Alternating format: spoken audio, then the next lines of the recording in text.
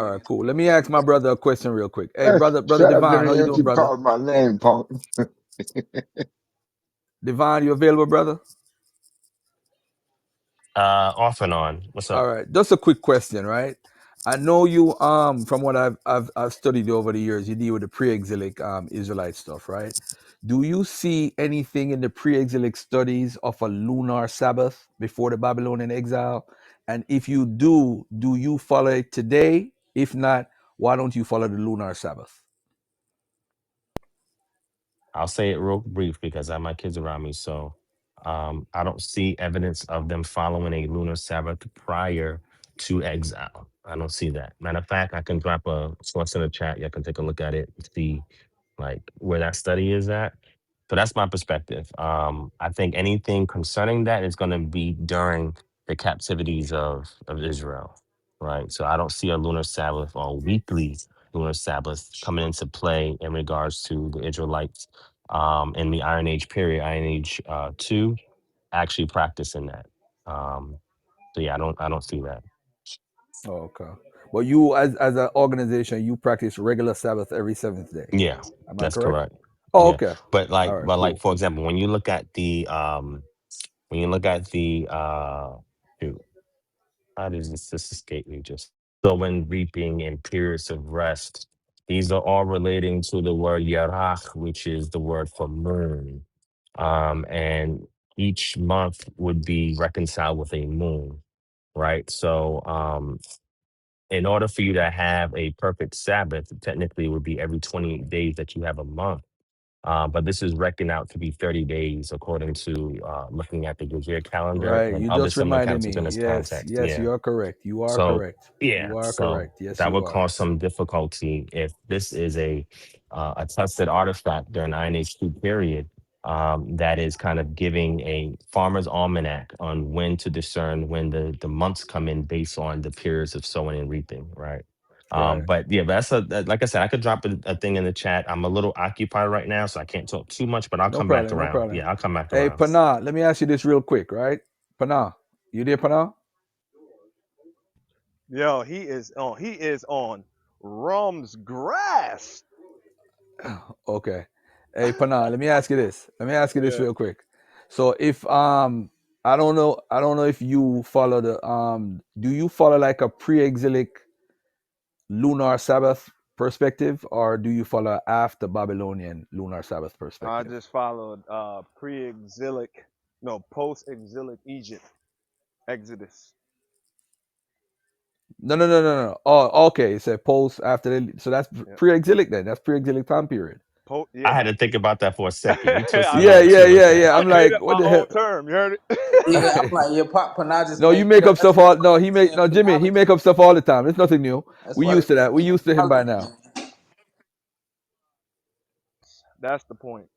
All right, cool. So you follow. I'm not even.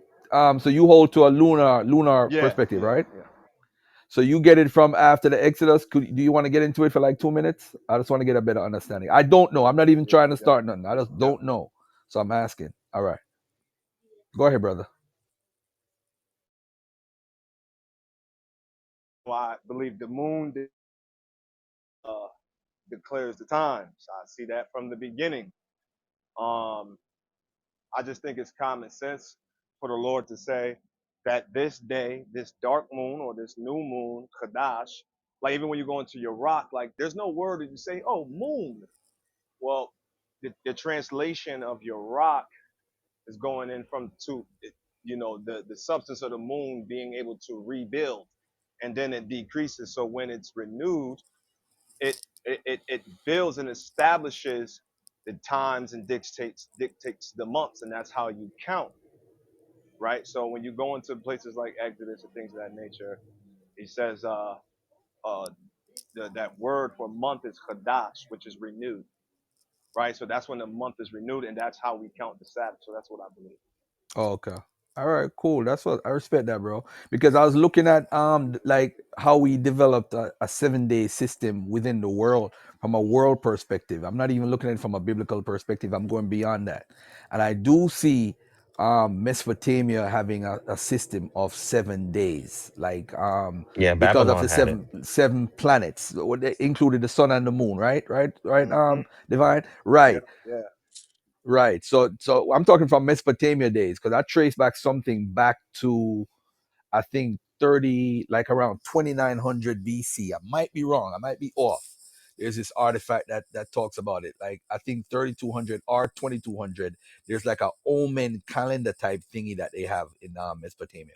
But besides that, if we could come to a conclusion that the 7 days, speaking from a extra biblical source, that they had like a 7 day situation, wouldn't we have to coincide some sort of 7 day week and their lunar, because they did some lunar stuff too with the 714, not necessarily rest days, but one specific day was for rest, which I think was the 19th, which is off because they had a specific day for that, but they had something for the 7th, the 14th, the 21st, and the 28th day after the Right. new moon. So, but it's not for rest. Let me just be clear. It wasn't for rest specifically.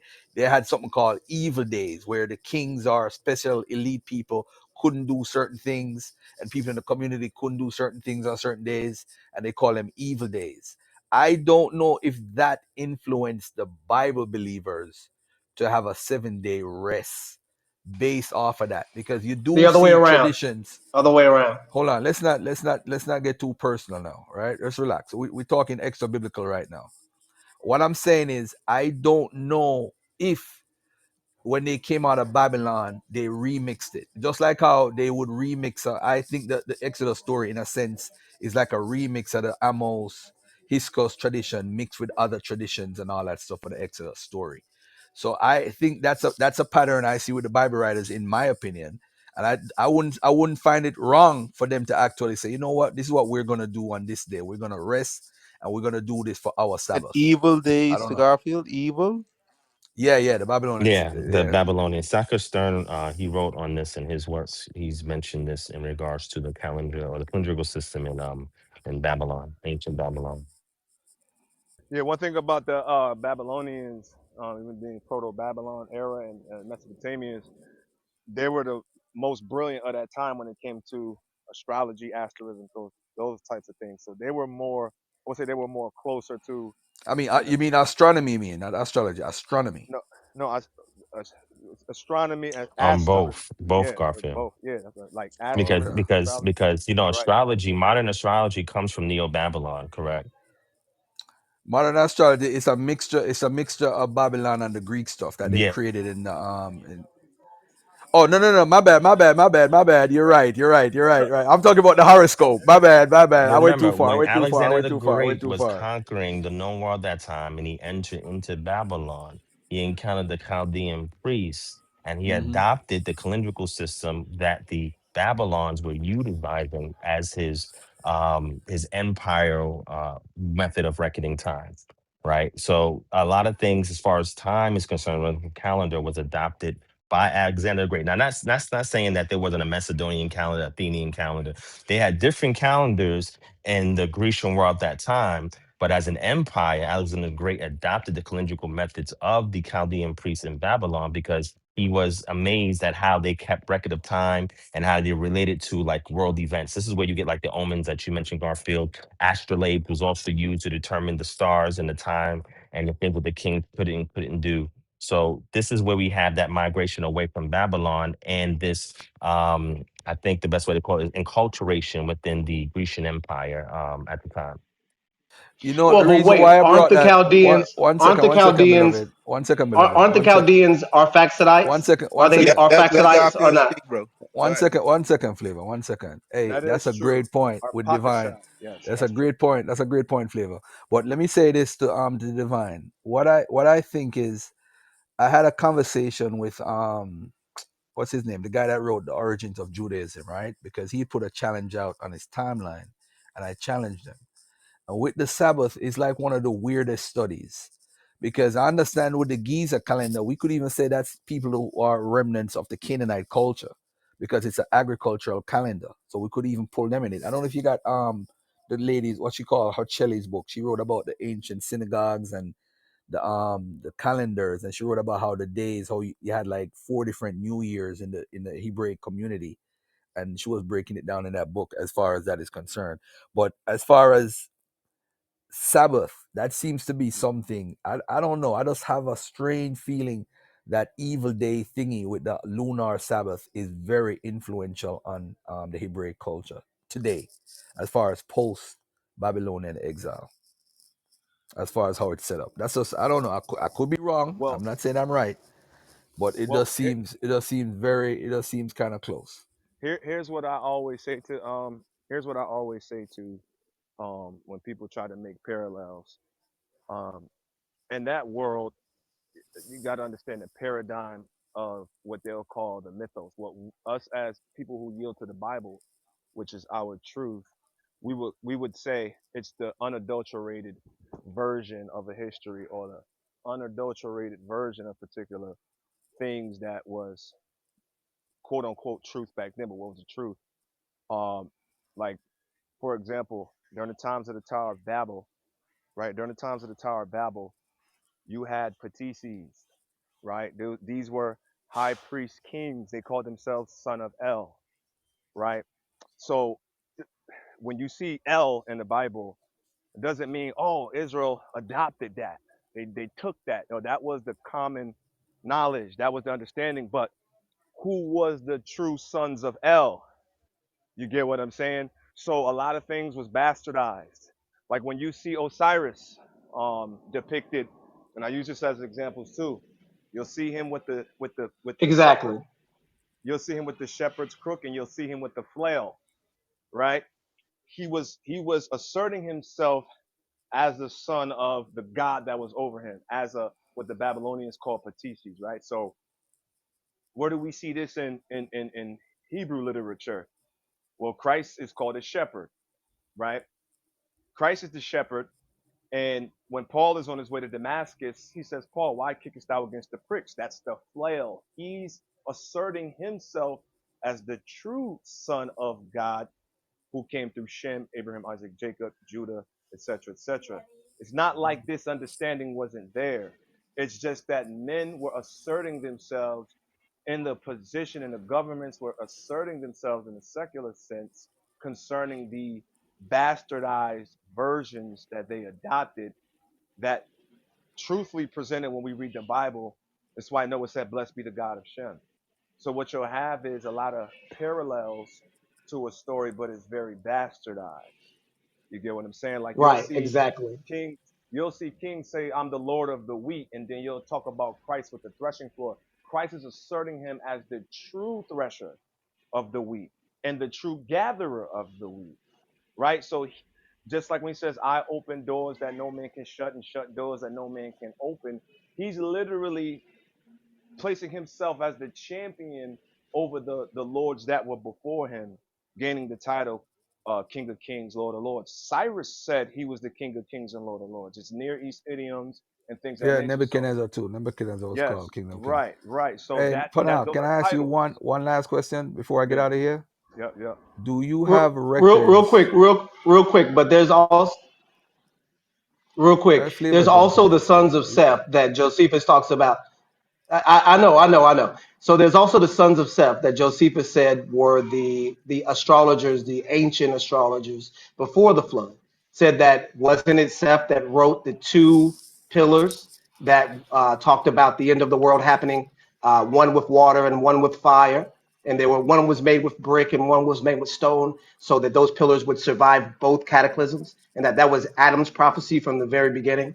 So Right. if That's the there's one flaming sword. story, if there's one story of the world, if there's one story of the world, and that story gets told, and it's told to a bunch of different people, and we can see the alternate aspects of this story all through time, where certain cultures have picked up certain things and others other things.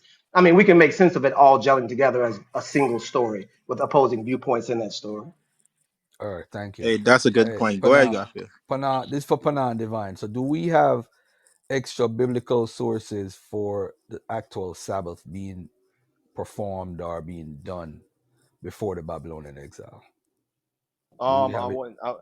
What you mean, like sources as far as in Babylon? No, on extra in the No, no, book biblical no. sources. Before Babylon. Because there's Um, one that before. that I quoted to Well, Divine, I Jonathan thought that's Adler, what you right? brought up. Hold What? on, Elder. Elder, hold on 1 second, Okay. please. Please. If I may, Elder. All right. Okay. Jonathan Adler made a claim on his timeline regarding Sabbath. So I brought up the there's this ostrakhan called the what's it called? The Maya ostrakhan or some ostrakhan they found in the 7th century that supposedly said Sabbath. And he actually broke it down to me. That's what I brought up to him because he's saying that there's no claim for the Sabbath until it's a somebody who was Greek. You know which Oscar I'm talking about, Divine? I'm thinking. So what is I put it in the chat. Yeah, yeah. Drop it in there. Drop it in there. Let me see what you're talking about. Yeah, because he said when he broke it down What, to me, Garfield? he said the Garfield, let me word ask you a question as you keep going. Elder, Are you saying? I just want to ask you a question. Hold on, elder, Garfield. You still rocking? elder. Hold I'm on, not. That's why Yo, you should say hold it. wait on, You until let him I'm say it. done, hold on, Say Elder. it. Garfield. Say it. Hold on, Garfield. Let me ask you a question. Are you saying that there was no Sabbath kept in Egypt? The only time you think of Sabbath being kept is when they went into the Exodus. Is that where you? Is that your conclusion?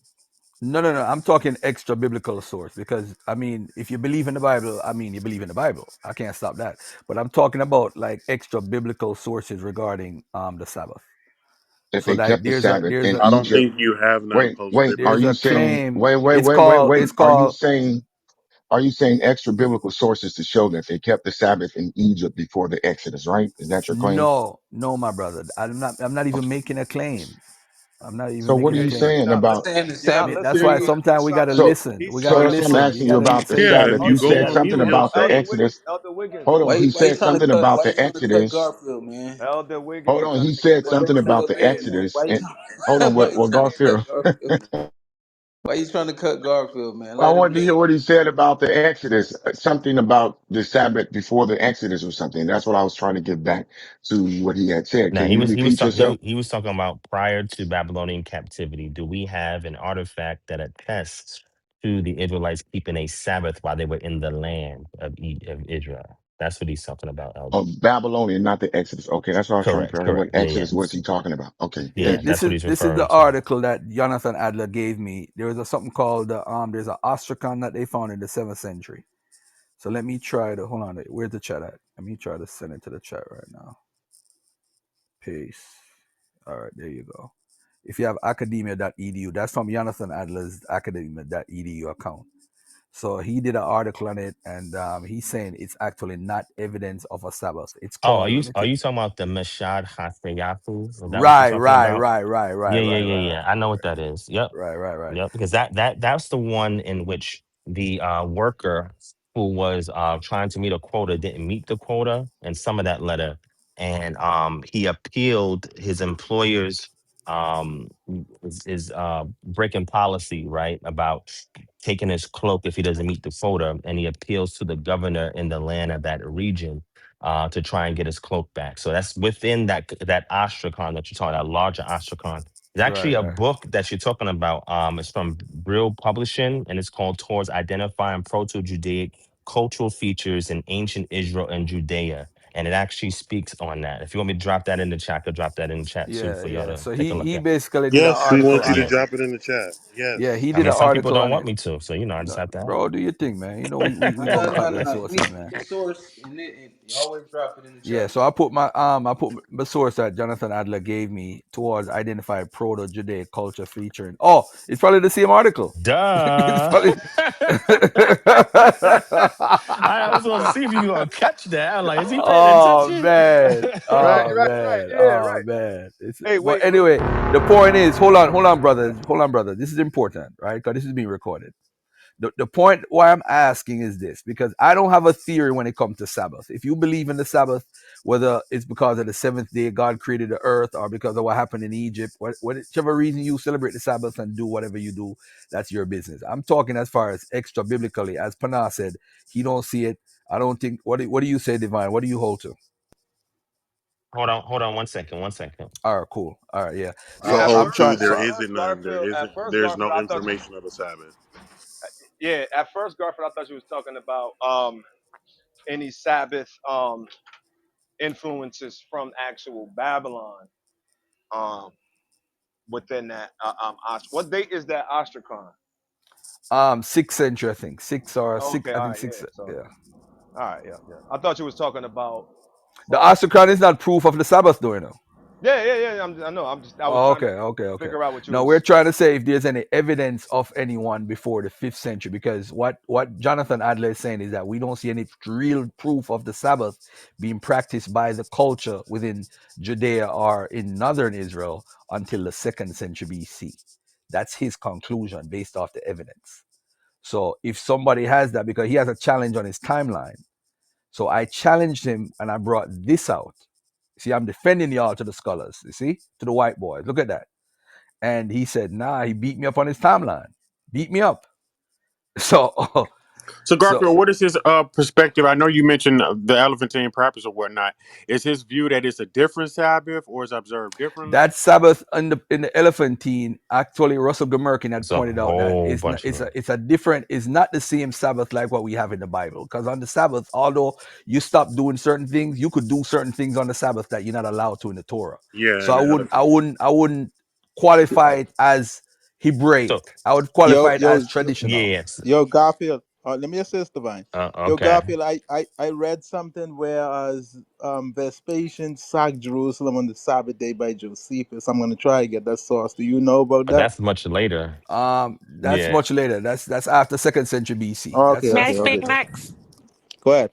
yeah. Who's after me? I don't want to hog the mic. I As mean, although it's interesting, but who's yeah, as next? far Lisa, oh, okay. whenever you say it's okay. I just want to read the article Garp was talking about so people can understand the context it's being referred to.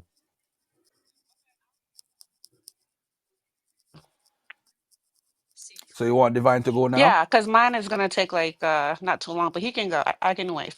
You Divine, go first, sis. You go first, yeah, sis. if your Yeah, kids yeah, not go ahead, around, yeah, if Lisa. your kids I'll are yield to around, you, Oh, sis. yeah, his kids. mine Yeah. probably is gonna cause controversy, and maybe like 10 We or don't 15 care. guys might come We off the love mic Go, controversy. because go it We ahead. love it. We triggers. love it. Just It might trigger like a couple of people. Not finish this Jimmy. topic Jimmy don't and All want right, it. go ahead. Elisa she about to bring some antinomian Gentile rhetoric. salvation. We Gentile salvation. it's okay. Cornelius. Cornelius. Hey, we ready, Elisa. Go ahead. Okay. Okay, guys. I was just gonna say because Garfield just said something about tradition and the Sabbath. So we all know that nobody today is keeping the Sabbath as God commanded it in Torah. Oh, I'm getting off It is mic. I'm getting all off mic for that. it is all tradition that what we're doing. As Gadal said earlier, you're doing the exile style Oh, Sabbath today. post exilic after exile. All right. Yeah. So Exile mode. you are not doing it as it is written. You are doing it as a tradition that was later started after 70 AD, after the temple I don't was believe that. I destroyed. don't believe that. So I you're don't believe not yeah, that. keeping it. but See what I guys, said? I sis. told y'all. Told y'all. Okay. I mean, the But Sabbath there was sacrifices All right. going on. Now That's let her. Now hold on. Now it's on Elisa. Let Elisa get everything she wants to get out. no, it's okay. I know this is a triggering one. That's why I was like, let brother Divine go first. So in Isaiah 56, the Most High described how you can keep the Sabbath in exile, which most of you believe today that you are in exile. So if some of you, there are some people that saying, "Oh, we don't want to eat on Sabbath. Oh, we can eat on Sabbath." These are your household traditions that you can keep, but it is not what God commanded in Torah. Nobody today is keeping the Sabbath as God commanded in Torah. You're just keeping it the way it is described in Isaiah 56, and you're keeping traditions made by men. All And right, that's hold on. pretty Well, much there, it. there, All there right, hold are, on. um, All right, there go ahead, are Divine. Go ahead. Mishnaic, there are Mishnaic tractates that deal with how the Sabbath is regulated, right? So this is post 70 CE, right? That we get a lot of those oral Torah, Bepe Torah, that we see that's mentioned in regards to what can and can't be done, and what is prescribed as malakha, right? As a form of work that's done on the Sabbath. So those items, it's going to be very hard to do it in America, exile in America, right? Because there is a environmental context to that based on where they were situated. In regards to the Sabbath in the Torah, there's different elements of it. Like, for example, we went over earlier, as you was here, Elisa, we went over earlier, Exodus 5, right? And we mentioned that there's nothing specifically that says 7 days. However, resting from your usual labor or burdens is considered a period of rest, right? Now, it's not specified what day of the week that is, but it is known that a ceasing from labors, and this is what they were doing there, is considered a Shabbat, as we see in Exodus 5 and 5. And then we see Exodus 16 is really the precursor to what is then codified and collated in Exodus chapter 20. And that is to rest from gathering food on the seventh day. They would get twice as much on the sixth day, so that on the seventh day, they're not doing the work of gathering food, right? So if we use that as a precursor to the legislative form of the Shabbat, that is a form of resting from labors, right? But then when we go to Exodus 20, we see more elaboration on that. In Exodus 31, there's more elucidation on that, where we get what's called the priestly code or the priestly holiness code that is adding additional elements to the Sabbath, such as the perpetuity of the Sabbath and other additional regulation that we find elsewhere in Devarim and Deuteronomy, right? So when somebody says you're not keeping it according to the Torah, well, which part of the Torah are we talking about? And if you say you're not keeping it according to the law, by extension, that could be halakha, and I could refer to the Mishnah and the tractates in there that do outline regulations for the Sabbath, and that's called the Gezaira.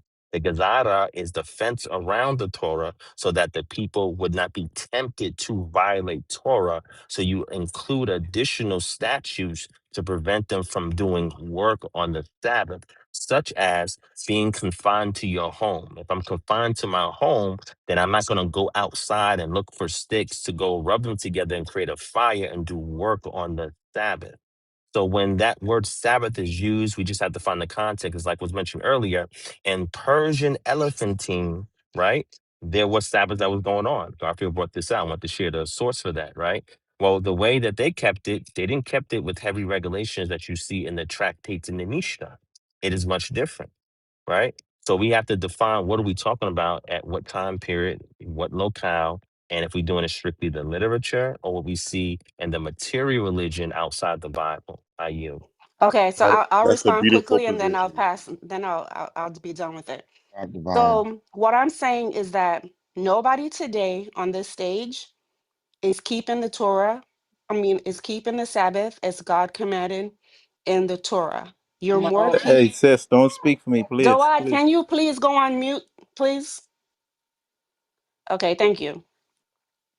Nobody today on this stage is keeping Torah as it is written because there are certain requirements that you must meet to keep it as God commanded. Hebrew Israelites and other individuals believe that they are in exile. So in Isaiah 56, God gave a way for you to keep it in exile. So you can do it in a spiritual way. You can rest, you can worship God, and you can do all these things without the temple. So that is the correct way to do it in exile. Nobody on the stage is keeping it the way the Most High commanded. You're doing it the way He tells you to do it in Isaiah 56. And that's it. So the question is Yeah, this, right? so That Hold on, made Hannah. no sense. I Yeah, believe One because I sister, believe you're, Brother wait, here hey, hold, hey, cooking. hold That's on, what y'all, I'm hold on, talking y'all. one about. mic, Hey, one hey, mic. hey, hey, don't. It's okay. It sounds like you was reading that from something, Elisa. Can you tell us what you? time because I knew someone Okay. like Han and Ya or somebody else was going to come off the mic. Hey, real quick, Okay, Divine, Damn, let me so I ask ain't you a even saying question. nothing. Hey, real quick, yeah, Divine, go ahead, Hannah. did you ever cross somebody in New York? Did you ever cross somebody in New York and stone them Nah, I never did that before. That's on nasty the work, Sabbath? bro. Uh, so Damn, you ain't keeping it right. what is the proper way to keep it then, as prescribed by the Torah?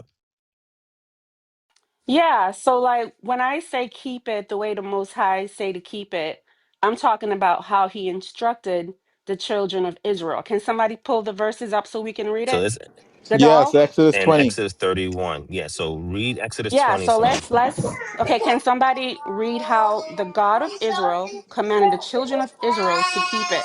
And then I also wanted to go to Isaiah 56 and also read that as Correct. But well. remember, I just want to say, so if Isaiah 56 is talking about at that point in history, they're not in exile, right? I But if this know, is a but reference, yeah. today I'm talking Mhm. about you guys today on the stage that are in exile that are keeping the Sabbath. I'm saying you guys today that's on the stage that are in exile, you're not keeping it the way the Torah commanded the children of Israel to take it. You are doing. Hey, I gotta respond to that after you're done, Divine. Go ahead. Do we have a reader on stage that can read real quick for that? Hananiah, we went over that earlier, right? Exodus Yeah, 20. yeah. Okay, grab that real quick, brother, and read that for the sister.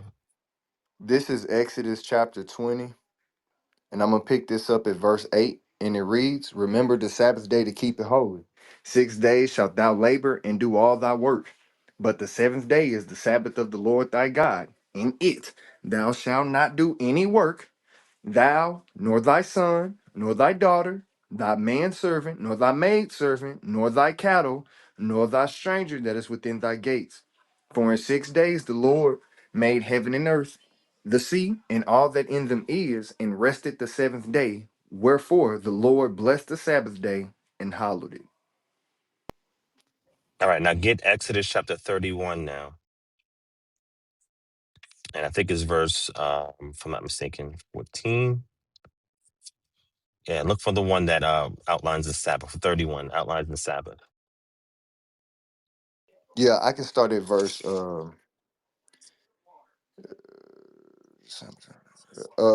13, Yeah, so let's see. Start verse 12. verse 12. Yeah, 12 Exodus to 31. 17. Exodus 31, verses 12 through 17, and it reads, And the Lord spake unto Moses, saying, Speak thou also unto the children of Israel, saying, Verily, my Sabbaths ye shall keep, for it is a sign between me and you throughout your generations, that ye may know that I am the Lord that doth sanctify you. Ye shall keep the Sabbath, therefore, for it is holy unto you. Everyone that defileth it shall surely be put to death. For whosoever doeth any work therein, that soul shall be cut off from among his people. 6 days may work be done, but in the seventh is the Sabbath of rest, holy to the Lord. Whosoever doeth any work in the Sabbath day, he shall surely be put to death. Wherefore the children of Israel shall keep the Sabbath to observe the Sabbath throughout their generations for a perpetual covenant. It is a sign between me and the children of Israel forever. For in 6 days the Lord made heaven and earth, and on the seventh day he rested and was refreshed. Do you want us to go to other passages, sis, like Leviticus chapter 23? As it No, mentions the you can Sabbath go there to like also. Deuteronomy Hmm. 12 and Deuteronomy 16 because Okay, there let's are go there. specific ways that the Most High commanded the children of Israel to keep the Sabbath. Got it. Now, Okay, no now altar. You mhm. guys have no altar, Wait. Where does it say the right? altar for the Sabbath? Yeah, it Do you says see that somewhere? So I'm yeah. talking about like you don't have a priest, you don't have a temple. But what does that have to do with the Does does Sabbath, though? does does the Bible talk about that? It Do you does. need to have a priest and do you need to have a temple?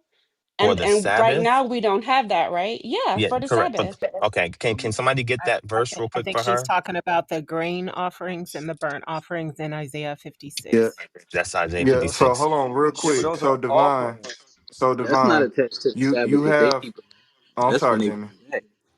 No, I'm saying the burnt offerings in Isaiah 56 isn't attached to the Sabbath that they're keeping in exile. Yeah, but That's the that's what she reward they're brought gonna up, get. though. So somebody may need to explain that because that's Yeah. what she brought up. So let's do. She gave us those are Deuteronomy those 12 are the and feast. Deuteronomy 16, right? I was. Divine, is this okay? Like Exodus 20 and Exodus 31, when they first kept in Exodus 16, when they first kept the Sabbath, there was no mention of a requirement of a priest or an altar. Or an The time period that offering they was in the or wilderness, sacrifice. or an offering, so we gotta consider what we just read in Exodus 20 and Exodus 31. The requirements that was clearly given, what we just read about, was do not do any work. That was the main thing that we read so far. But I just And the wanted other to thing say is the that. penalty. So if you're saying the penalty or the judgment is if somebody does it, that they have to be killed. If you're saying that we're not keeping that portion, I would agree, right? Hey, I let me mean, ask we're not. some When divine when go you ahead, done. Dewan. What's up? Yeah, in Exodus, when the man was gathering sticks, right? The priesthood wasn't set up yet because they asked God, "What's supposed to be done?" And God brought the judgment. So, are you familiar with the Yeah, story? yeah. The man that's gathering sticks, and guess he's doing a form of work. His intention is to create a fire and to make food. Remember, according to Exodus 16, when the first institution, the Sabbath, went into play, they're supposed to gather twice as much food on the sixth day to cover them for the seventh day. So if he's collecting six, his intention is to create a fire and to heat up food. Therefore, he's violating what was given in Exodus chapter 16. Now, this is a perpetuity law, right? A covenantal law where they're supposed to keep this throughout all generations, right? And the words there, shamar, that's the word for keep, the root word for keep. That is a point of contention amongst Judaic circles. What does this mean and how is this defined? Right? When it says to keep, how do you keep it when there's no explicit instructions other than what's already given as far as not to do work? Then the conversation goes to, well, what is considered work? So when we look at it while they were in that, at this point, they're not even in the land in Exodus, right? But they're actually in the wilderness, right? Transition from Egypt to the land. So the Sabbath that was given to them at that time, again, they're wandering the wilderness. They were complaining about food. He said, okay, I'm going to give you manna, right? Or heavenly bread. You're to collect it twice as much on the sixth day, but the seventh day, you are to go outside and gather no bread. That's what it says. And they disobeyed the first time. Moses was upset. The Most High was upset. Then the second time they attempted it, they followed the law, right? And they kept it. Then when we get to Mount Sinai, Moses is given these instructions. The Sabbath is one of those instructions where now it is being codified into a theocratic system, right? Meaning that once they go into the land, the deity would be the head of state. And then from there, representatives would be the priests and scribes. And then you have a whole litany of the heads of the tribes, et cetera, that's established as the hegemony in the land of Israel. But the Sabbath, when it was initially established, there's no sacrifice. The word zabach is nowhere mentioned for that. Kohen, the priest, there's nothing mentioned about the priest. The altar, nothing mentioned about the altar. The temple, nothing mentioned about the temple when it was first given. That's why I said when we look at it, are we defining it from what we see in Exodus? If you move past Exodus, now we get into Leviticus or Numbers or Deuteronomy. The other times that is practiced, what parts of that are people not following? I would say it would be the judgment, right? Meaning that you would have to be in the land, sovereign in the land, to be able to commit capital punishment for a capital offense. Breaking the Sabbath was a capital offense, and then it will be a capital punishment. The greatest example we'll get for exilic, or I guess post-exilic practice of the Sabbath will be in the book of Nehemiah. In Nehemiah, we see he sees them bringing burdens in on the Sabbath, and he's like, wait, what are they doing? Because they're doing it to the book of the law that they discovered when they came back into the land. So he said, I'm going to create a gezira. I'm going to say, hey, we're going to shut the gate earlier than usual to not even tempt anybody to bring anything in on a Sabbath. This is where we begin to see these oral traditions enter in and be codified along with the written text that they received prior to that, which was called the Book of the Law that Ezra read from. So if there are stipulations for the Sabbath, if it require, like the sister said, and we got to be fair, if she's saying this, she's getting it from somewhere. She's not just making it up, right? Like Maya says, let's go and approach the things that she's referring to see if she does have a point, and we got to concede to it, or if there's maybe some kind of misunderstanding that all collectively can help clear up, right? So Maya, I mean not Maya, Lisa, sorry sis. So we Hmm. we read we read those passages in Exodus. Now you mentioned Deuteronomy 12 and Deuteronomy 16, correct? I just want to be fair to what you Okay, mentioned. I'll get back to Deuteronomy 12 and Deuteronomy and Okay. 16. So I agree with you. I Mm-hmm. agree with you about what you said about after Sinai, right? Yes. I agree with you because we know that the Sabbath changed. We understand that in Correct, sis. Exodus 16, that was a basic Sabbath. No Correct. sacrifices, no priesthood, no sanctuary law, none of that. Mm-hmm. At Mount Sinai, it changed, but then something happened after the temple was destroyed. Can you explain that? Okay, well, that's a good point. I want to do this first before we get there, just to kind of solidify what we're saying about the Sabbath. Hananiah, can you read Leviticus chapter 23 and verse 3? Yes, sir. Leviticus chapter 23 and verse 3, and it reads as follows: 6 days shall work be done, but the seventh day is the Sabbath of rest. In holy convocation ye shall do no work therein. It is the Sabbath of the Lord in all your dwellings. Okay, get Deuteronomy chapter 5 and verse 12. Deuteronomy chapter 5 and verse 12, and it reads: Keep the Sabbath day to sanctify it, as the Lord thy God hath commanded thee. 6 days thou shalt labor and do all thy work, but the seventh day is the Sabbath of the Lord thy God. In it thou shalt not do any work, thou, nor thy son, nor thy daughter, nor thy manservant, nor thy maidservant, nor thine ox, nor thine ass, nor any of thy cattle, nor thy stranger that is within thy gates, that thy manservant and thy maidservant may rest as well as thou. Okay, so that's again reiterating the Sabbath. Go to Numbers chapter 15, verse 32 to 36. This is what the brother Dawad was referring to. What I'm simply doing is I'm trying to gather the data that surrounds the Sabbath in Torah first before we move away from Torah, so we can get the understanding of what's trying to be conveyed in regards to what the practice of the Sabbath is. So read that first, brother. Numbers chapter 15, verses 32 to 36. Alrighty, Numbers 15, 32 to 36, and it reads, And while the children of Israel were in the wilderness, they found a man that gathered sticks upon the Sabbath day. And they that found him gathering sticks brought him unto Moses and Aaron and unto all the congregation. And they put him in ward, because it was not declared what should be done to him. And the Lord said unto Moses, The man shall be surely put to death. All the congregation shall stone him with stones without the camp. And all the congregation brought him without the camp and stoned him with stones, and he died as the Lord commanded Moses. All right, so we see this person performing or attempted to perform some degree of work that was prohibited at the time. It wasn't really outlined any prohibitions against gathering sticks, but we see that a judgment was had, and that judgment was he did break the malakha rule, the work rule, and therefore he was stoned. Right? We see that clearly. So another, I would say, addition to that would be Jeremiah 17 and verse 21, because this also goes along to how do we define what is work. Right now, some of these things, obviously, I mean, nobody's going outside to go pick up sticks in captivity in America, right? We're not doing that. We got stoves, right? We got microwaves. We have air fryers. We have other means to heat up food, right? We're not going to do any work. If you put a plate in the microwave and press a button, it takes what, 10 seconds to start that process. There's no actual work. So this is why when we get to the Mishnah, it's outlined in tractates about the Shabbat. What is considered malakah? What is considered work? How do we define that? But biblically, Jeremiah also goes into that. So read that in Jeremiah, brother. Jeremiah chapter 17, verse 21 to 27. Jeremiah chapter 17, 21 through 27. Thus saith the Lord, Take heed to yourselves, and bear no burden on the Sabbath day, nor bring it in by the gates of Jerusalem. Neither carry forth a burden out of your houses on the Sabbath day, neither do ye any work, but hallow ye the Sabbath day as I commanded your fathers. But they obeyed not, neither inclined their ear, but made their necks stiff, that they might not hear nor receive instruction.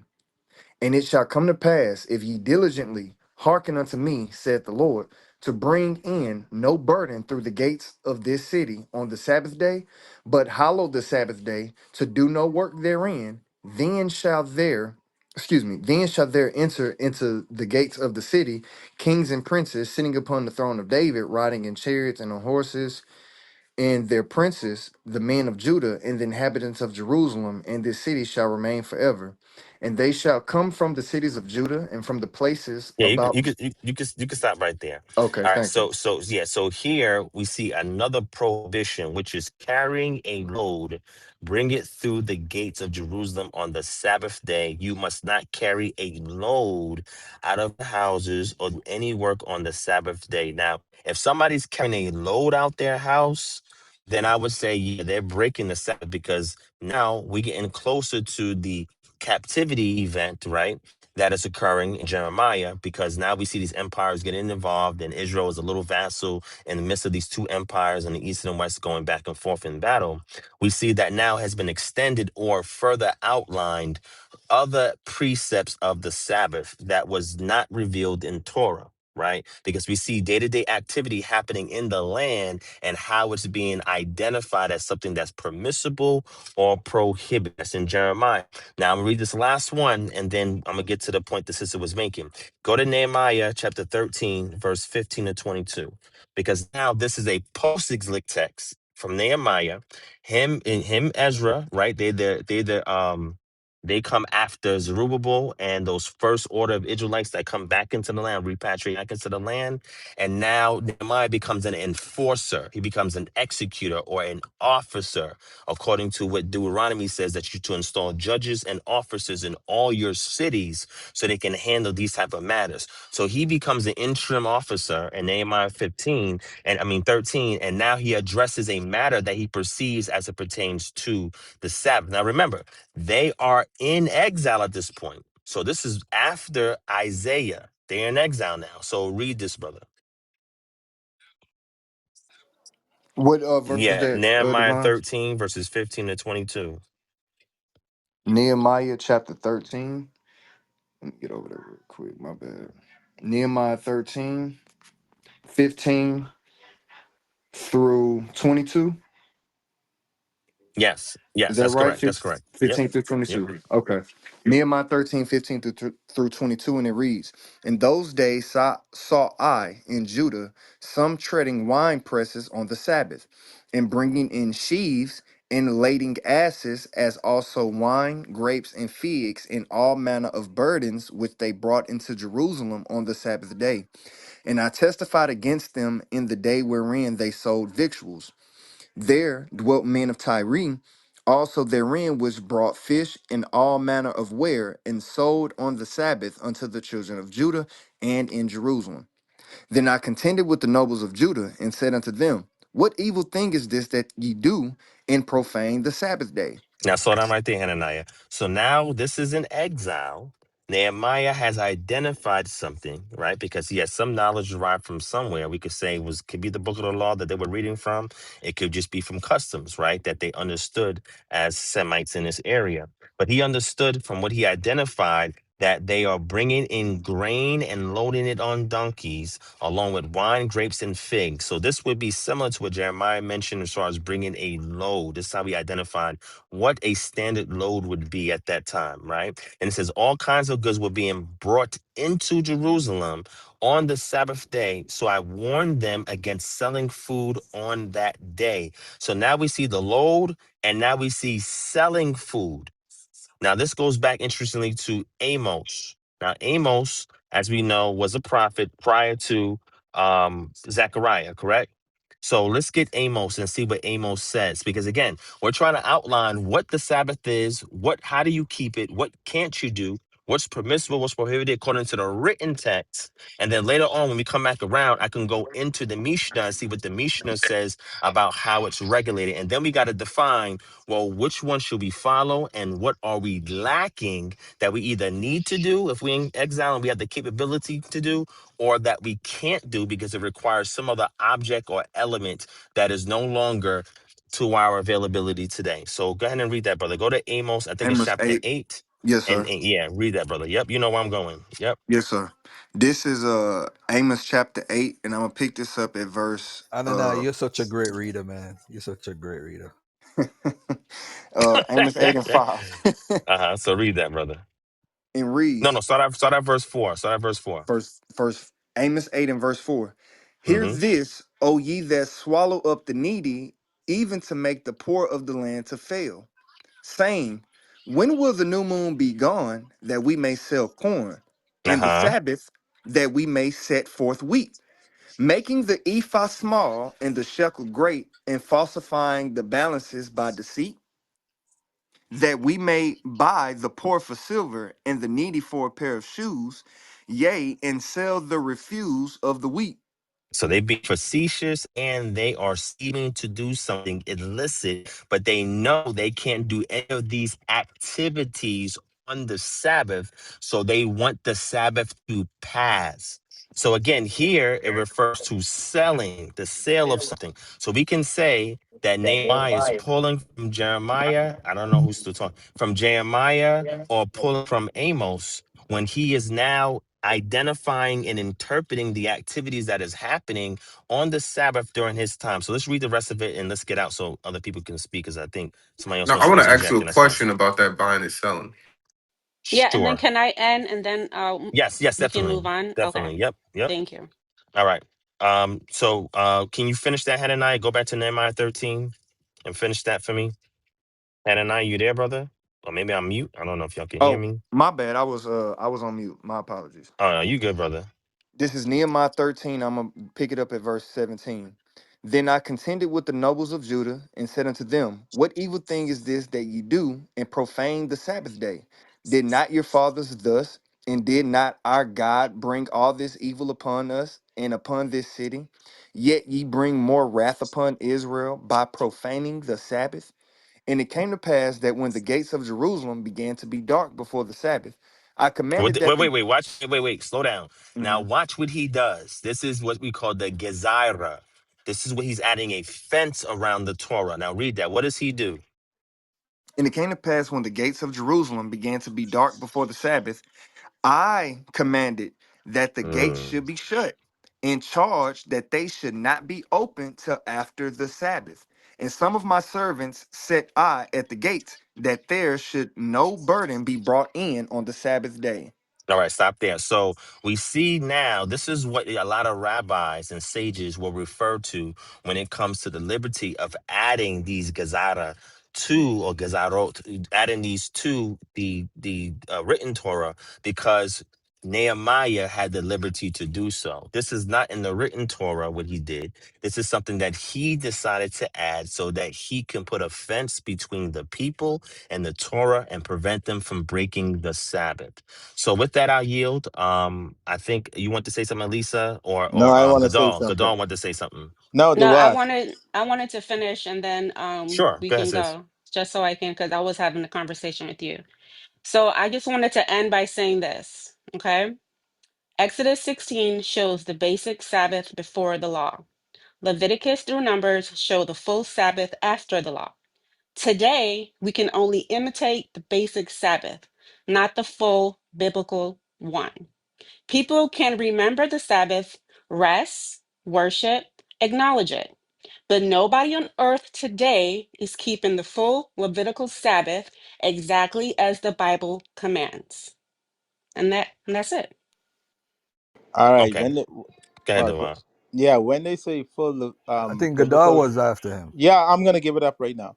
When they say full biblical Sabbath, they are speaking about under the order of Aaron. What was mentioned earlier or prior to the order of Aaron, when I mentioned the man being stoned, was God telling them how to keep the Sabbath, 6 days of work, and then after the 6 days rest. You can read that in Exodus 16 or Exodus 20. The vine brought out Leviticus 23, and Leviticus 23 in the third chapter, the third verse, it says, 6 days shall work be done, but the seventh day is the Sabbath of rest and holy convocation. Ye shall do no work therein. It is the Sabbath day of the Lord in all your dwellings. This is what God is saying. So if when anybody tries to tell you come under the order of Aaron, that's what they're talking about. You cannot keep that under the order of Aaron because the priesthood needs to be invoked. But the Sabbath is implemented from Genesis and Exodus without Aaron. All right? But And you got it. that what, don't we got the Israelites, the Haitians? The Haitians are the Levites, so we got that. No, What but are we it's talking not Come about? on, set. Garfield, Go stop, ahead, bro. Divine. Go ahead. No, what Garfield. I want to read this last thing, and I'm going to give it to Gadal only Yeah, because go ahead, bro. Garfield referenced it earlier, but I didn't get to read the source, right? So I'm gonna read the source, right? This is I think this is chapter 3. Hold on, let me give you the source first, right? This is the source I brought out. It's called "Toward Identifying Proto-Judaic Cultural Features in Ancient Israel and Judea." right? So in here, we're going to see the question he asks is that is there a reference to the Sabbath prior to the Babylonian exile? Was that not your question, Garfield? Just Yes, want to my confirm. brother. I All stop right, so hating. let's. Y'all stop hating on One West, by the way, man. Haitians are Re- Israelites. oh, listen, you heard Garfield say it. You can't. I'm gonna clip this. All right, let me finish. Right. So this is chapter 3, and it says abstinence from prohibited work on the Sabbath. More problematic are claims that have been made for a supposed reference to the Sabbath observance on a late 7th century BCE ostracon unearthed at Mashad HaShayavhu, or Yavne Yam. And it says the writer, a man apparently employed in harvesting a field, suffered the confiscation of his coat and addressed his letter to a certain authority to request that the garment be returned to him.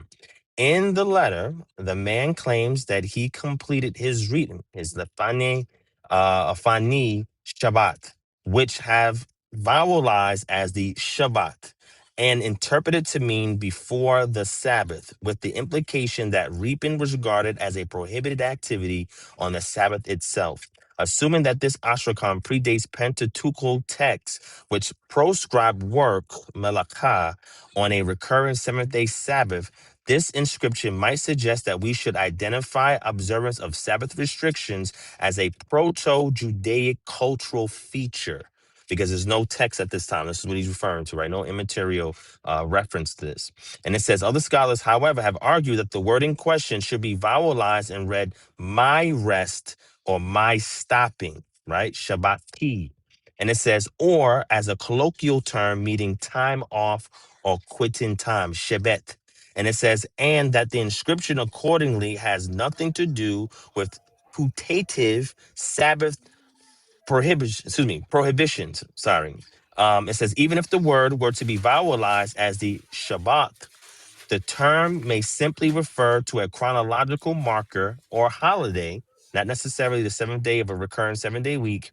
And certainly the Ashrakan implies nothing about work or any other activities being prohibited at such a time. So I just want to read the reference that he mentioned in full. I'll also drop the source in the chat in a second. I'm kind of driving, so I'm in my car. But when I park, I'll definitely drop it for y'all so y'all can look at it for yourselves. And Are with you that, I for? Are yield. you for? No, no, no. Don't yield. Don't yield. Are Oh you my God. familiar? Come on, Are Garfield. you familiar with Ralston and Naaman and Klein's work regarding the same SBT word in the elephantine? Because that's one of Yes. the issues they have with the Yes. I elephantine have too. So Klein's it might work not on that. mean. Yes. Yes. And they saying that the guy was threatened to death. This is what Russell Gmerkin was saying. He was threatened to death in the Astrakhan. Right.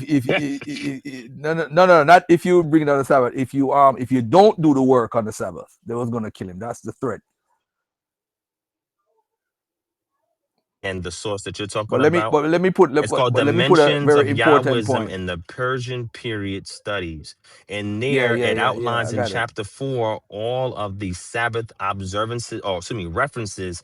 And one of the letters is what Garfield's talking about. So I just And like to then share so that everybody can see what we're saying, everybody can follow, and everybody has it in possession so they can also evenly weigh in on it as somebody like me and Garfield is referencing it. I don't want it to be out of sight of the people, like when we're talking, but they should be able to read it, understand its context. And guess what? They may even be able to provide some context for us, Garfield. You never yeah, know. yeah. And Yeah. anybody wants the origins of Judaism? I have the PDF, the whole book. So it talks about why they disagree that there was Sabbath being done at Elephantine. The argument is that they're documenting commercial transactions day 1 to 28 or day 1 to 30 or whatever, and there's no break as far as when a Sabbath would be. So it's showing a consistency of not following Torah law as far as the Sabbath.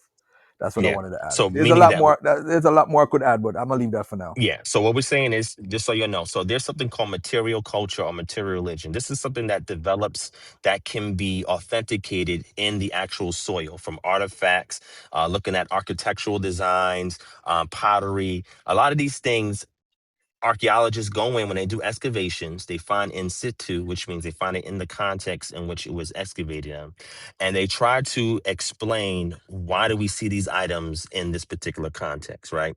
That's called the material culture. This is physical, tangible items that represents the people group that lived in said sites that they're doing excavations on, right? And then from that context, they can also derive what's called a material religion. So if we see, for example, burnt matter right, carbon matter that's on a makeshift altar, then we can deem that this is sacred space and that the items that we find around it would be worked into the material religion, meaning that the physical items that give rise to what they're interpreting, the material religion of the people group that's there. So now when we're looking at a term like the Shabbat, that term comes before we have a written Torah in the format that we have it today.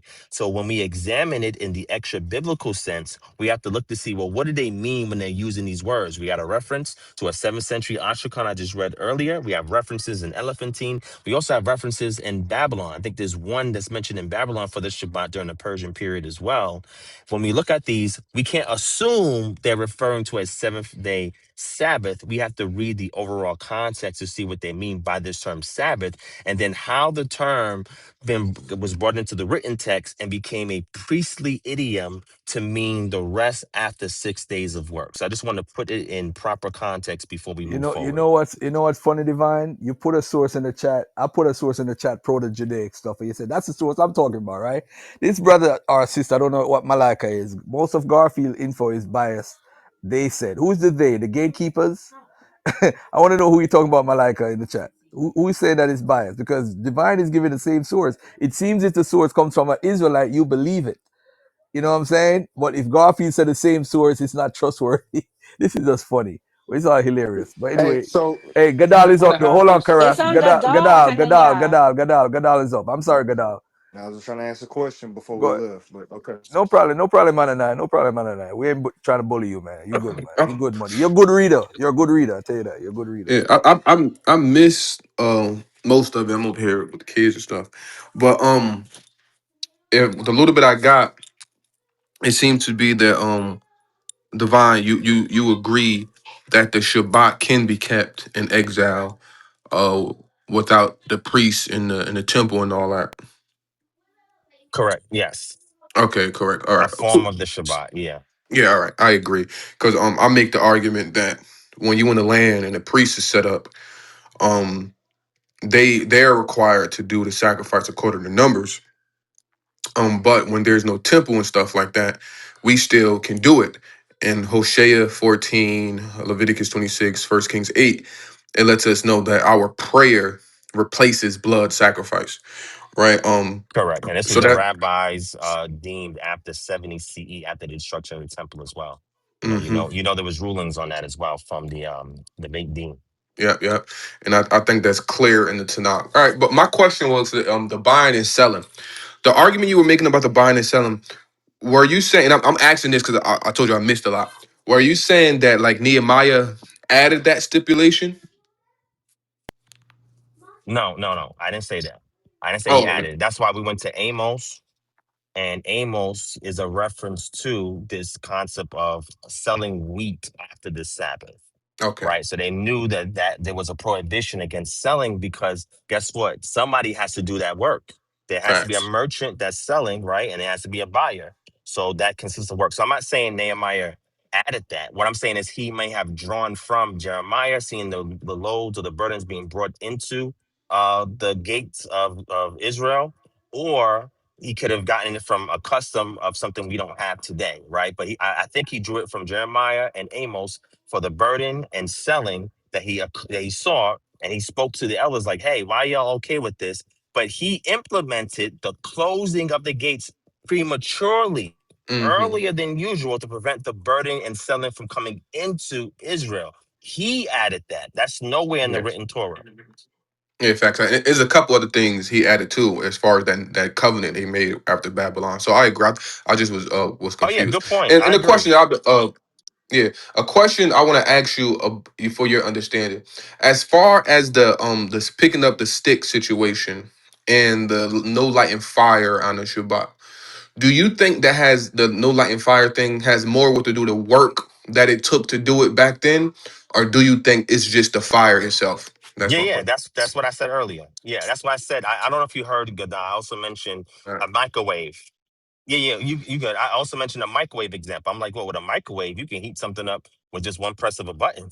That's not considered work. But back then, you had to work to eat. That's when the text says, if a man don't work, he don't eat. It meant it literally. You had to work back then to actually eat.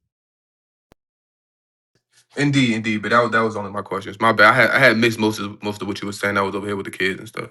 But indeed. Agree. It's when we move past it tonight. That's when we have our disagreements. That's funny.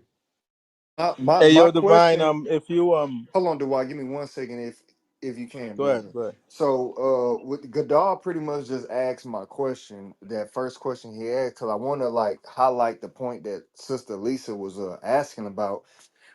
Based on the plethora of scriptures that we read in the Old Testament, like, is it biblically accurate to hold to a position that somebody can't keep the Sabbath how it was originally meant to be kept? Or did you see something in what you were reading to say, you know what, we actually can't keep the Sabbath of not doing any work, or not doing the things we read? Like, can you actually like give us a closeout on that, just so I'm clear? Yeah. So what I would say is I don't think we brought out all the scriptures, and I think I would just saving time. I know she mentioned Isaiah 56, so if that is her reference, we should also read that and go through that.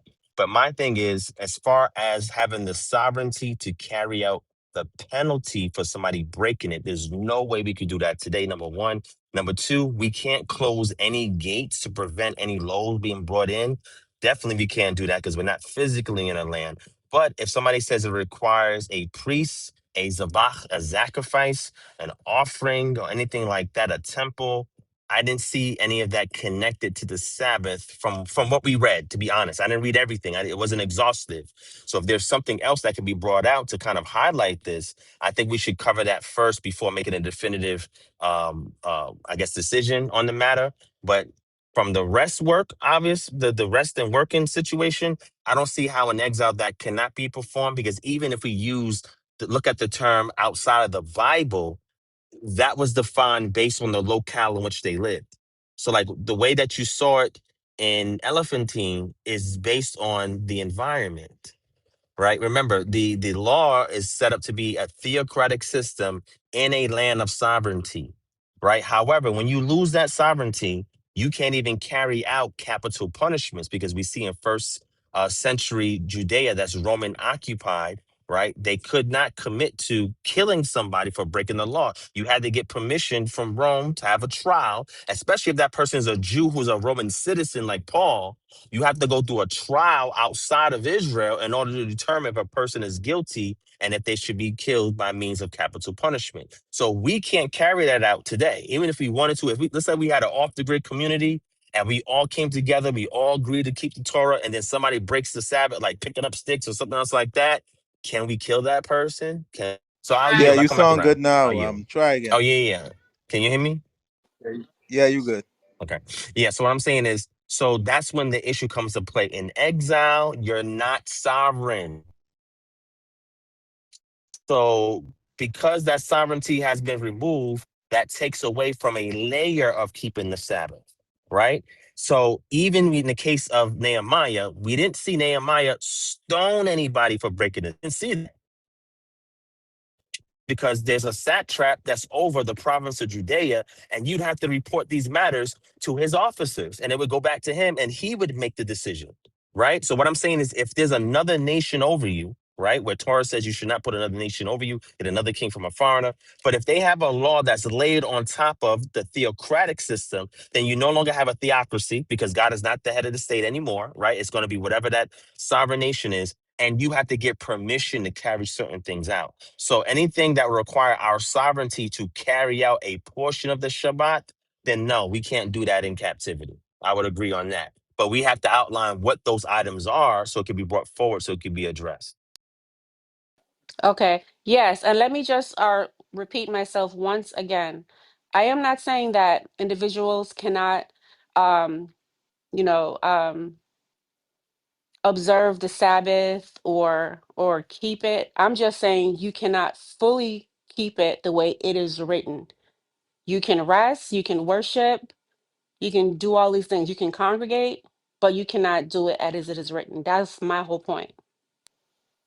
Yeah, we Yeah, understand that. I and think, that. hold on, Dewan, hold on, Dewan. Go ahead. I think, Elisa, the point of contention, again, we can end it off on here, is that they want specifics, right? Because they're saying that it sounds too general When you say that, and they're looking for what specifically can't be done that is unable to be kept, I think that's what they're looking for. Sis.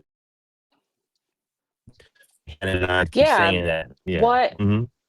Okay, so one of the things that is required that from the Most High is that you must be in the land, or you must have a priest. But we don't. The temple was destroyed. You don't have those things. But I'm not saying because of that you shouldn't honor it. I'm saying you still should honor it because he mentions that in Isaiah 56, and that's an example that you can keep it. So to individuals that are, in America, and they believe in the Bible and they want to honor the God of Israel, then yes, you can keep it traditionally how you choose. Some people go and congregate. Some people stay home and sleep all day. Some people come on Clubhouse and argue. Some people don't, but you're not keeping it the way it is commanded of you. But you can honor it the best way you can, and you can make a tradition for your household, and that's just how you're keeping it. But you're not keeping it Sis, the can way we it was written. just so we can Yes? bring it out, if that's okay? Say it again. Bring it out based on what you was referring. No, I would, okay, I think where me and you probably, what would help me understand you and help you understand me in America, how do you um honor the Sabbath day? What do you do? What the text says. So I cease from my labors, right? So there's no civic work or civil duty. There's no selling. There's no buying. There's no burdens being carried in my house or outside of my house. So I keep it according to that. So everything that we read, that we outlined, is what I keep. The only thing that I haven't done is stone anybody for breaking it. Right. And you're doing things that you can do, right? Anybody can do those things. But I'm talking about the things that the Most High commanded and said for us to do that we can't do, we cannot do it. And what I notice is that a lot of individual on Clubhouse, they believe that they're keeping it as it is written. And they would say, oh, I'm keeping the Sabbath as it is written, as God command. No, you're not. You're doing the basic Sabbath, which was kind of like what they did in Exodus 16. You're doing the basics. You're resting. You're not working. You're not buying and selling. You're not doing the full biblical Levitical Sabbath. Yeah, and that's the problem because Exodus 16 is Torah. God told you to do that. Exodus 20, God told you to do that. Leviticus, the 23rd chapter and the third verse, God told you to do that. So if you keep in those um, commands that God told you to do, you're keeping Torah. You're advocating. What you should say, Elisa, is that you're not keeping it under Aaron, because what you're gonna point me to is Aaron. You're not sacrificing. That's what you're pointing me to, right?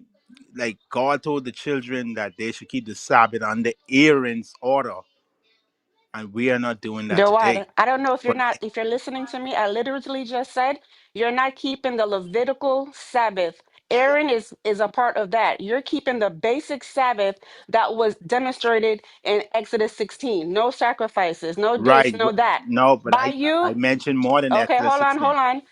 Okay, you're not keeping it as fully as it is written in the Bible. You're doing the basic Sabbath until everything gets established and you're back in the land. So you're honoring it, you're being respectful, you're doing a beautiful thing. You are. Keep it, do it.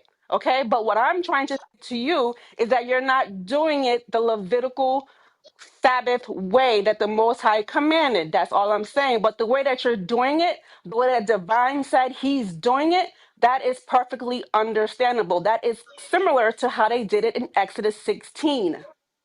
I say Fine, something fine. to No, clarify. no, I'm gonna land right now. I'm gonna land right now. I'm gonna land right now. But what I want you to understand is that the verses that I mentioned, those are commands. Like those aren't memorials or suggestions. Those are what God said to do. Those are verbs. And the children of Israel in the last days are doing those actions. I just have to mention that, and I do acknowledge what you're saying. So we could pass it on. Yes, yeah. You're Yeah, go keeping ahead. the basic Sabbath, and that's okay. Okay. Go ahead. When the Most High bring everybody and everything together, we're going to keep the premium Sabbath. Right now, you're doing the basic Sabbath. You're doing what you can. The Most High is going to see your heart and judge you by that and bless you because you're trying. You're doing the best, but you're not doing it as it is written. You're doing the basic Sabbath in Exodus 16. I want to say this for Yeah. clarity Hey, because hold the on. problem. Hold on, real fast. When the issue is was coming off, it was coming off is when you said a basic Sabbath, and people like why she keep saying that, right? When it comes to the Sabbath, the everyday people, everything they was able to do, we can do today when it comes to the Sabbath. So it's nothing they were doing as far as the common people that we can't do today. The difference is in the land, according to Numbers, they had the priest system in the temple that the priest would give the sacrifice on the Sabbath. But that wasn't the responsibility for the regular people. All the regular people had to do was don't work, blah blah blah, do all the everything you call them basic. So even in the land, this basic Sabbath that you're calling basic, that's all they was required to do. Now, in exile, they still have to do the same thing. The difference is, it's just no priest to give the sacrifice of the Sabbath, and the people have to, have their prayer to replace the sacrifice. But outside of what the priest is doing in the priesthood, there's no difference between what the people did in the land and outside the land, except for the punishments, like Divine said, and except for the priest giving the sacrifices according to Numbers. So that's why when you say basic, people like, huh? They're doing the same thing whether they was in the land or outside the land. It's the priest that had to do something in those judgments. That's why people want to keep giving you pushback because you keep saying the basic Sabbath. That's why. So, hey, Okay, so okay, Gadar, okay, bring okay, that okay. out. So Hold when on, I say Pastor. okay, okay. So when I say basic, guys, like I agree with what you guys are saying. So when the Most High gather all the children of Israel back into the land, right? And it's a spiritual gathering by Him. How is the Sabbath going to be kept then? Is that what I'm saying we cannot possibly do right now? I'm saying in the future, I'm looking forward to that because it is going to be different. So right now it's just basic because we are not all gathered. The temple is not up and there's not a priest. But yes, I agree. We can do what we can do now. But I'm just saying that there is a greater Sabbath for us to look forward to that will be established when the kingdom come. That's it. Yeah. So let me ask this: what would be different than Because like the Levitical priest ain't got nothing to do with the people for real keeping the Sabbath. So I'm like, when Jesus get back and he established the Sabbath, reestablished the Sabbath, like what are you saying that's gonna actually be different that the people will be doing? Like what will the people be doing differently? It's gonna Okay. be national. Oh my God. All I'm saying is that there is a Sabbath that the Most High established, right? And it's done with everything down to the priest, the temple, everything, right? We don't have that right now, but that is going to happen when the kingdom comes. We're going to have that to look forward to. But I agree with Divine and Gadal and Dua and all you guys that we can do what God commanded for us to do now. We can do that. But what I'm saying is that there is a greater Sabbath that we will look forward to when the kingdom is established and everybody is put back in the land. That's it. I mean, Hey, that that right there is a no can I brainer get in the because queue, please? oh, Shalom yes, to you the room. can. You can go next. So what she's saying, it makes sense because at that point in the future, there'll be sovereignty to do it every which way is commanded, right? So like now we don't have the sovereignty to do it that way, right? So what she's saying does make sense. So I just want to say that if we factor that in, it makes sense. Yeah, because even today, even though we can do it the quote unquote basic way, we're still having, little issues. Some people can't take off due to work. When we're in the land, we don't have to worry about that because we're gonna have our own laws. You know what I'm saying? So right now it is restriction for some people. You see what I'm saying? So that's all Yep, I'm it's it's saying. it- We it's have the a sovereignty greater element. Yep. Yeah, we have a greater Sabbath that we have something to look forward to when we're in our land with our laws, with our people. We can close everything down. Hey, it's the Sabbath. Right now, we cannot do that, and some people are restricted. So there's a greater Sabbath to come. That's all I'm saying. When you say it like that, then we can't argue with it. Thank you. That's all. Man, come on. Yeah, so Yeah, nah, sis, Amen, what you said, sister. you absolutely All right about that praises. though. You most Mute definitely that right mixer about that. covenant mic. It's my go. to finish, and then I'm gonna move on to you. Listen, how we can get to this point. Go ahead, say. I appreciate it. Mute that Up, Hino baby Jimmy? mic. Shalom to the room. Listen, man, y'all been listening in today. Y'all been, kindling a flame. Some kind of flame, strange fire today when we talk about this Sabbath day. And listen, I forgive y'all for kindling that fire because it is what it is. But I would like to say this. Uh, like whatever the Most High convicts you of, you know, you keep the commandments. Keep all of His commandments. Whatever covenant you in, keep the commandments of that covenant. You know, don't be disobedient, and don't try to change God's law. Because I notice a lot of brothers, this is what they do. Oh, the wicked one, that the wicked acts of the wicked, the wickedness of the wicked, the son of Moses himself, one who sits in Moses' seat, Mr. Matthew 23:3 himself. I'm gonna call you out on a debate on the new covenant soon, son of Mary. I hope you got your precepts ready. We'll have a precept shootout. But that's neither here nor there. But I would like to, keep the commandments, and don't try to change God's law. Because I notice a lot of brothers who observe Torah, they do just that. And they say, you know what? I see the Torah and I see all that it entails. And I'm gonna take the Levitical priesthood and I'm gonna set that aside. You know, set that aside. And now I'm keeping Torah now when I do everything else. Um, if you want to do that, hey, it is what it is. But I don't think you can separate the Levitical priesthood from the Mosaic law. But I land with that. Shalom to the room. I mean, peace and blessings. Hey, can somebody clear out that strange fire that was just set off in here? I don't know if it was just me. Let's clear out that smoke that was on the stage. It's crazy work. EDs anymore, or I'd love to. You almost died, right, Carl? The man who sits in Moses' seat himself. Did anybody else want to say anything on this topic or just in The general? divine. Yeah, divine. I would like to go back to the point, you and Garfield were talking about earlier, about the Sabbath day. I would like to get more into that nuance that you guys was bringing out. I think you were making some great points and, I wanted to hear Garfield's response into some of the things that you were saying. If that's cool. I don't know if you guys closed out that conversation, but I would like to hear more about it. Yeah, we kind of closed it out when I read that last passage, but if you want us to revisit it, I guess we can. I just want to see if there's anything else that Hold on, um Divine. Hold on, Divine. Hold on, Divine. Me and Divine actually agree. He was just reading. I don't think you guys understand. I think what happened is Divine got like the Brooklyn Magic, so he talks and is like, you have to believe what he's saying because It's the Brooklyn Magic for and Brooklyn I'm sure. not Magic. from That's the what it is. Bronx. Come on, don't You know what twist I'm it saying? now. The Bronx magic. Let's go. But let me say this. I actually agree with what he read though. I don't think people understand what he read, and it's sad because even though Jimmy is joking that he cut me, I don't think people even took the time out to listen to what you're saying. He's reading it to make you aware of the source, and instead, if you're lazy and you don't want to pick it up and read it, he read it for you. But you guys didn't even pay attention anyway. That's crazy. Crazy work right there, man. Crazy work, yo. Garfield, what you don't know is, Garfield, what you don't know, he was having this conversation, a lot of this conversation before you got into it.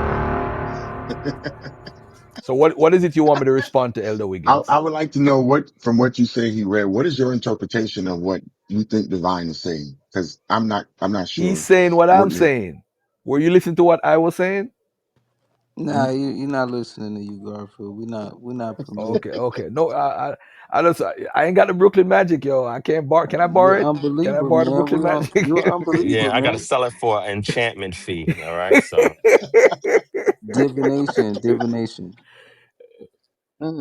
You know what, divine. Change your The PTR to wages of my PTR, unrighteousness. right? Change it to my PTR. See if The the people wages of still listen unrighteousness, when you're man. talking. Let's see if that works. Pre-divination. Huh?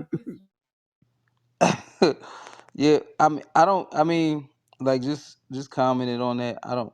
I mean, I hear what you're saying, Elisa, but it seems like the energy of it, like it's almost like it's saying, so well, don't really keep the Sabbath, right? I mean, because I think the Exodus 20 Sabbath and the Exodus 16 Sabbath and the Genesis chapter 2 Sabbath, that Sabbath didn't come with any